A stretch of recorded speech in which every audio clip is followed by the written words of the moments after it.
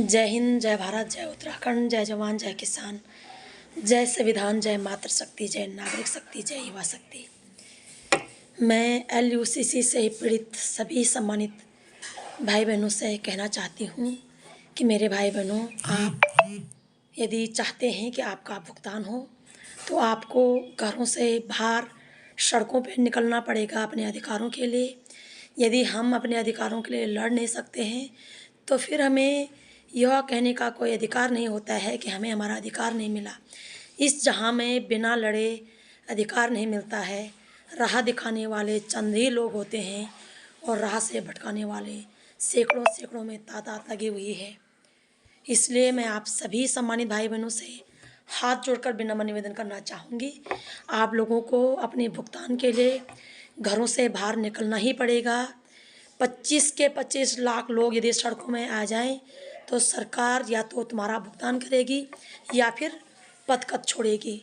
और यदि पूरे भारत के 42 करोड़ लोग सड़कों पे आ गए तो हमारे केंद्र सरकार को झुकना पड़ेगा, या तो वो आपका भुगतान करेगी या फिर इस्तीफा देगी अपने पथकथ से, क्योंकि यह राष्ट्र में, राज्य में आर्थिक का महासंकट है, महात्रासदी है, महाघोटाला है। और इस घोटाले के खिलाफत में अपने अधिकारों के लिए लड़ना तो बनता ही है, लेकिन इस प्रकार का घोटाला शासन प्रशासन के नाक के नीचे कैसे हो गया, शासन प्रशासन क्या कर रहा था, ऐसी लापरवाही आप कैसे कर सकते हो, इसके खिलाफत में भी हमें आवाज़ उठानी है मौजूदा सरकार के खिलाफत में। तो हम बहुत जल्द प्रत्येक डिस्ट्रिक्ट, प्रत्येक जगहों पे जाने की कोशिश करेंगे। आप लोगों को अपने विचार और आपको इकट्ठा करने की कोशिश करेंगे। उसके बाद हम एक बहुत बड़ी महारैली निकालने की कोशिश करेंगे, जिसमें आप सभी 25 के 25 लाख निवेशकों को सड़कों पे उतरना अत्यंत आवश्यक है। और यदि हमें दिल्ली भी कूच करना पड़े तो हम दिल्ली भी कूच करेंगे, लेकिन पहले आप सभी भाई बहनों को घरों से कम अपने इलाकों पर बाहर निकलना अत्यंत आवश्यक है। मेरे भाई बहनों, जब तक हम लोग अपने अधिकारों के लिए स्वयं नहीं लड़ते मेरे भाई बहनों, तो फिर हमें कहने का भी क्या अधिकार है कि हमें ये नहीं मिला, वो नहीं मिला। नहीं मेरे भाई बहनों, अपने हिस्से की लड़ाई हम सबको एक दूसरे के साथ मिलकर लड़नी होगी। हम पौड़ी, कोटद्वार, ऋषिकेश, देहरादून हर जगह मीटिंग बिठाएंगे और आप लोगों का काम इकट्ठा होना है। हम अपना विचार रखेंगे और जिस दिन महारैली होगी उस दिन सभी जगह के लोगों को एक ही जगह में हम इकट्ठा होंगे। वो जगह भी हम तय करेंगे कहाँ पे इकट्ठा होना है। और उसके बाद आर और पार की लड़ाई होगी, एकदम आर पार की लड़ाई। या तो सरकार भुगतान करे या सरकार इस्तीफा दे और उत्तराखंड में भी राष्ट्रपति शासन लागू हो और देश में भी राष्ट्रपति शासन लागू हो। क्योंकि जो सरकारें देश की जनता के आर्थिक, सामाजिक, मानसिक, शारीरिक एंड राजनीतिक, न्यायिक और कानूनी हितों की रक्षा करने में नाकाम है, ऐसी सरकार को पदकद में रहने का कोई अधिकार नहीं बनता है।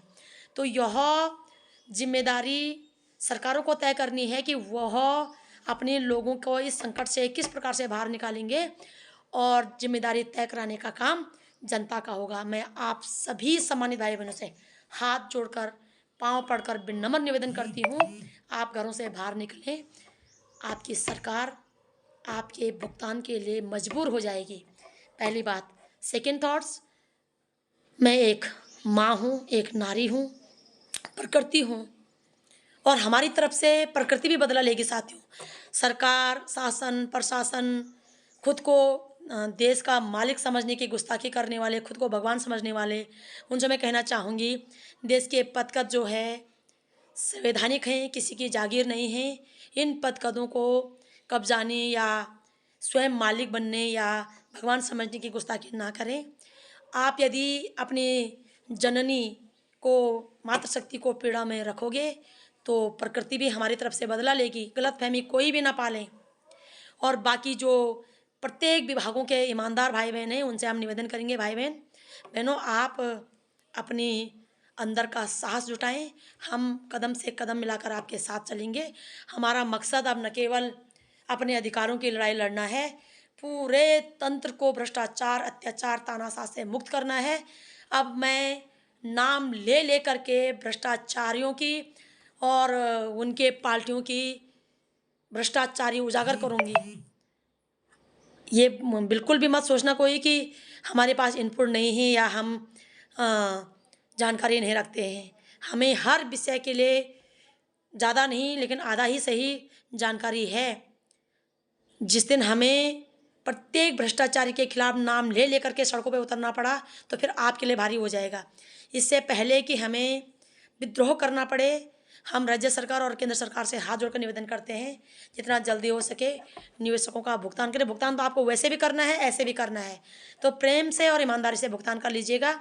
अन्यथा हमें आपको उन पदकदों से उखाड़ कर फेंकना पड़े, खासकर मातृशक्ति को। मातृशक्ति अब जागरूक हो चुके हैं। हमारा यह अब मकसद बन चुका है कि हम सबसे पहले भ्रष्ट नेताओं और पाखंडी बाबाओं के जिन्होंने धर्म को धंधा बना दिया है, इसके चंगुल से हम देश की मातृशक्ति को बाहर निकालें और उन्हें अपने अधिकारों के लिए लड़ना सिखाएं, अपने हितों के लिए बोलना सिखाएं, अपने अधिकार छीन के लेना, जरूरत पड़ने पर अपने भ्रष्टाचारियों को, अपने ऊपर अत्याचार करने वालों को, अपने ऊपर भ्रष्टाचार करने वालों को, शोषण करने वालों को उखाड़ फेंकें। यह हमारी न केवल मौलिक अधिकार है, हमारी यह नैतिक जिम्मेदारी भी है कि हम अपने समाज को, अपने तंत्र को भ्रष्टाचार मुक्त करें। बाकी प्रशासन में बैठे ईमानदार भाई बहन, जो चाहे वो निचले क्रम के हो या उच्च अधिकारीगण हो, यदि आप ईमानदार हैं तो हम आपके साथ खड़े हैं। यदि हमें बेईमानी की बू आएगी, हम हर जगह हर भ्रष्टाचार का विरोध करेंगे। और जो हमारे पुलिसकर्मी भाई हैं, सचमुच में जो ईमानदार लोग हैं, हम आपके साथ हैं आत्मीयता से। यदि आप लोग भी किसी न किसी प्रकार से जनता को प्रताड़ित करोगे तो हम आपके खिलाफत में भी आवाज़ उठाएंगे। तो सभी सम्मानित भाई बहनों से हाथ जोड़कर निवेदन है, अपने अंदर साहस भरें।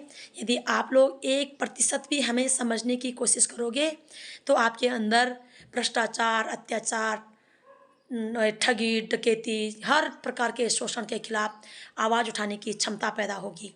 और आप लोग अपने साथ साथ अपने समाज को, सबको भ्रष्टाचार, अत्याचार से मुक्त करोगे मेरे भाई बहनों, क्योंकि कमी बाहर नहीं, हमारे अंदर है।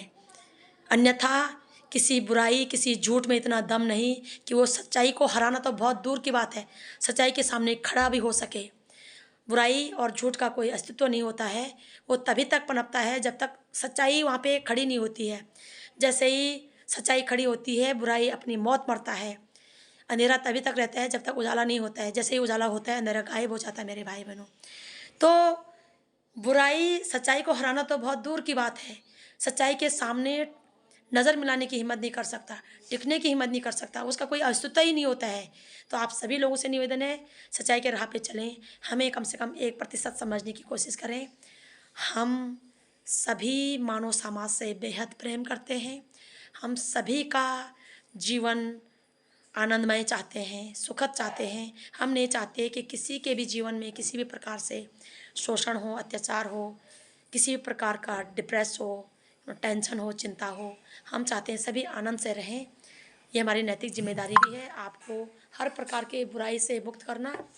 और हम चाहते हैं कि जिनके मन में बुराई का कीड़ा पनप रहा है, वो यदि स्वतः ही ठीक होना चाहते हैं तो ठीक, यदि हमें ठीक करना पड़ेगा तो फिर बहुत ज़्यादा दुखद और घातक हो जाएगा। तो इसलिए हम चाहते हैं कि सब अपने अंतरात्मा को टटोलें, चेताएं और बुराई के खिलाफ लड़ाई लड़ें और बुराई त्यागें। बहुत बहुत धन्यवाद मेरे भाई बहनों।